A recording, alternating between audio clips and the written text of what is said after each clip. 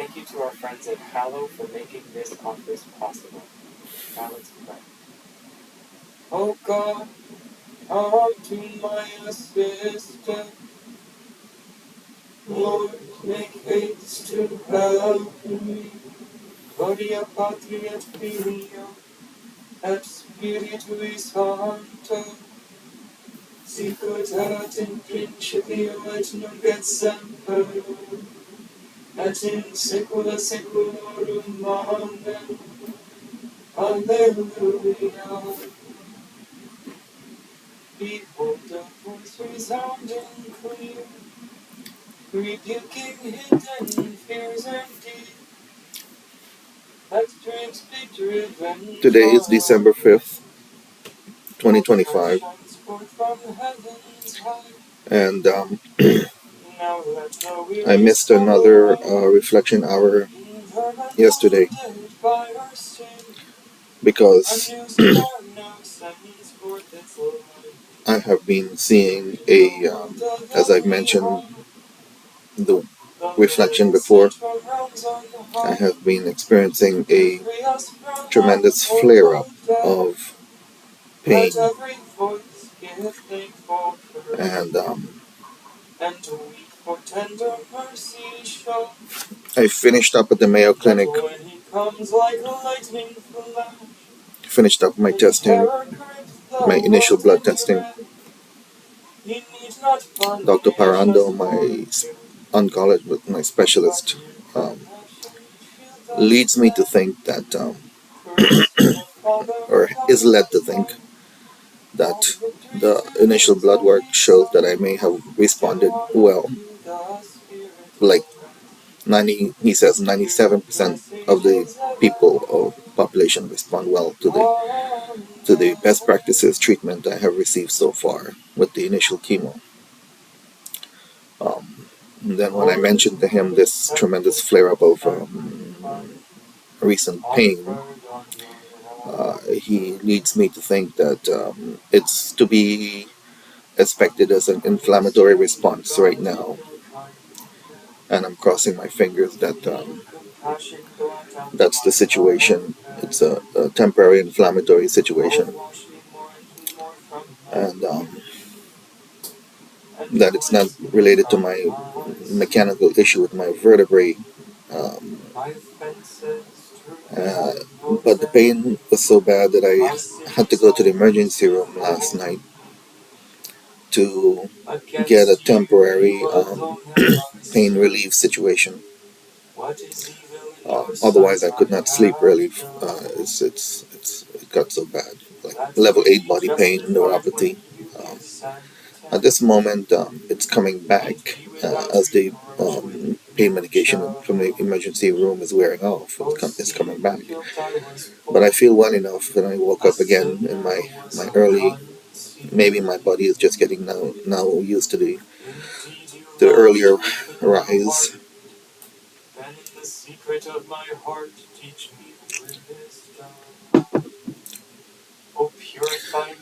But as I began to feel better and not so much in pain, it seems as though I found myself reflecting as I slept. It seems like I found myself reflecting on the issue of potential avoidance of addiction situations. Because when it comes to managing this kind of pain, narcotics are the only option right now.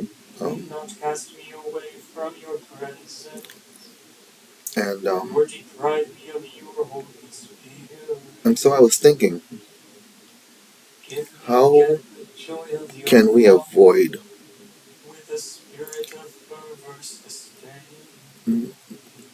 misplacing our attention when it comes to pain management, when it comes to dealing with the pain of the cancer? How do we not get sidelined? How do we not get off track? And again, this is not so much a scientific or practical talk as it is Again, a spiritual oriented question. Um, in the big picture, what is addiction and how do we not go down that unhealthy path? A humble, contrite heart you will not spurn. In your goodness show favor to Zion. We built the walls of Jerusalem. In my last reflection, I made sense of pain management in the big picture with the idea that tolerating the pain and dealing with the pain of cancer is a prayer. It's a prayer. To approach it healthily, we can approach it as a prayer. Because the bigger reason for fighting the cancer, not just sheer survival, but to be here for others, to be here for loved ones, to be here for the world. That gives that fight meaning. And the toleration of the pain, the sacrifice of tolerating the pain is a part of that purpose. And so it's a part of the prayer of the fighting of the cancer. That was the summary of my last reflection on pain management. But this reflection, I think, progresses from there to what I might call addiction avoidance. Avoiding getting off track. And I was not given a strong narcotic solution last night because I really did not want a strong narcotic solution. I asked that it be something that is considered mild. And so I was given Tylenol with codeine.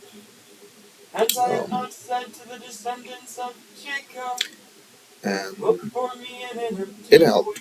It feels a little bit like oxycodone.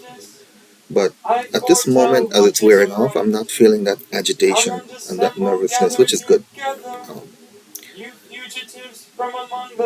If I focused on the sensation of the medication, I could potentially indulge in a sense of a high.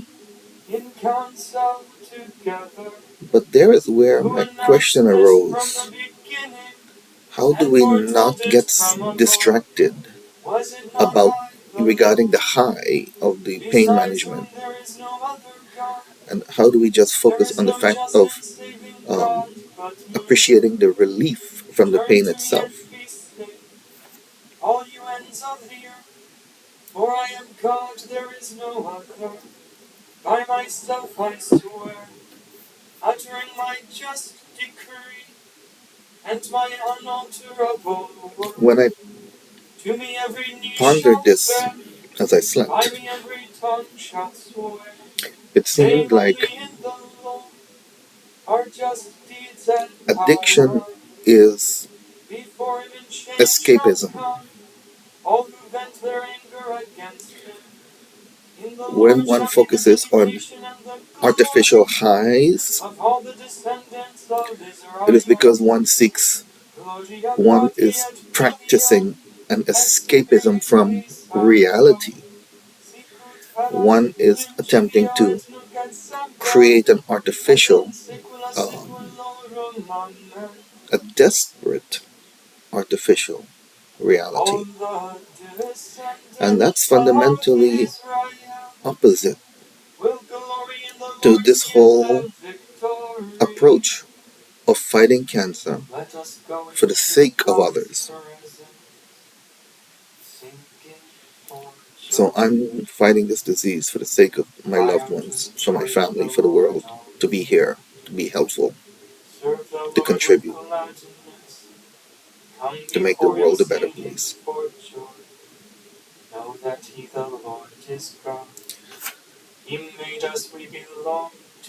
And that's incompatible with my seeking to indulge in an artificial high.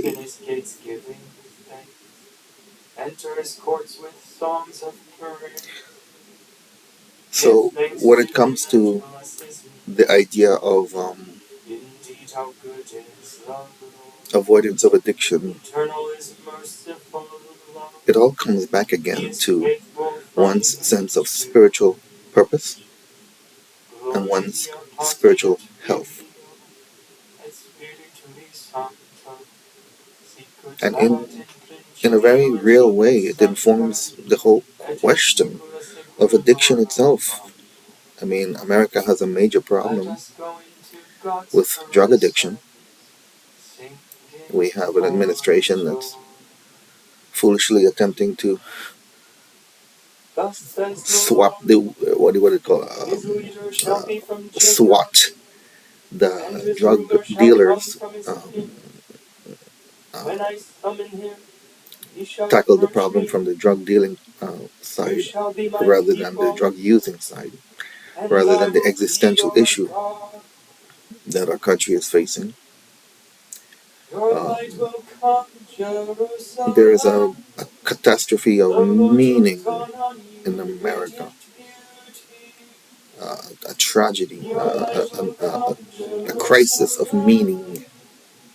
The people, the people are lost and desperate. I don't want to make it this a political speech, but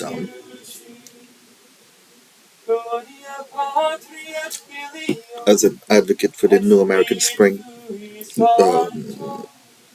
social political mission and concept, it's all about empowering the American people to be the noble, the noble human beings we are meant to be. And right now, addiction is a great sign of the sickness, the existential and spiritual sickness in America. So, as someone who finds myself fighting cancer, it sort of opens up another angle to my advocacy at newamericanspring.org. Avoiding addiction as a cancer patient, avoiding being distracted, being by the artificial high, which is only motivated by escapism.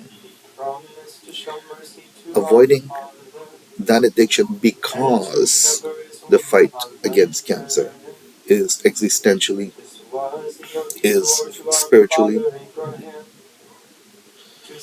well motivated, healthily motivated for others.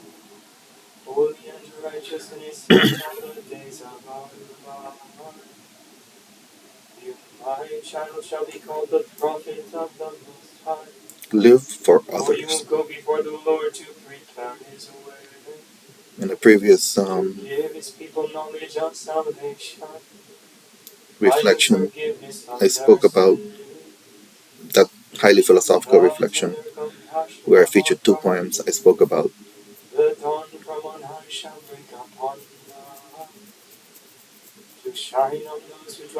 the fact that God is triune, three persons in one, none self-sufficient, but altogether perfect and fully sufficient, altogether in unity, in the community of God.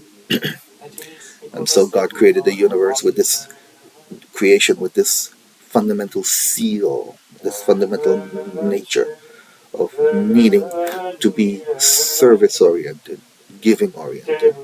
Uh, so this can be a spiritual call to America. Refocus on living for the sake of others, for the sake of service. And this can help us to avoid the pitfalls of artificial addictions. Artificial life. An addiction is an artificial life. When we only seek to consume, to take in, to enjoy, to indulge, it's an artificial life. It is a shallow and unfulfilled life. It is contrary to the fundamental seal of creation, of giving and serving. And it just produces fallout, attrition. Um, so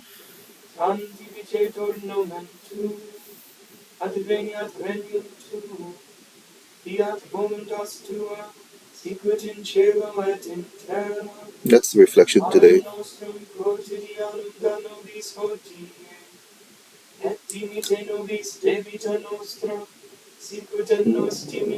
However, my pain might evolve,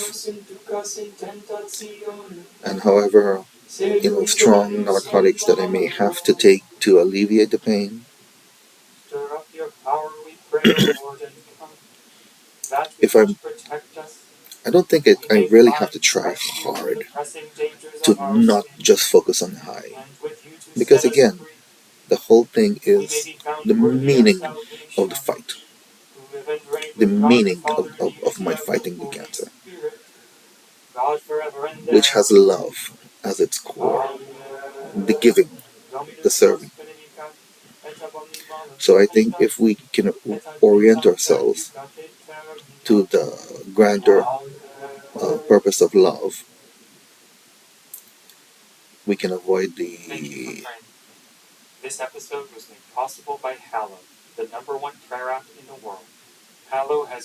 dangers of artificial life and addiction.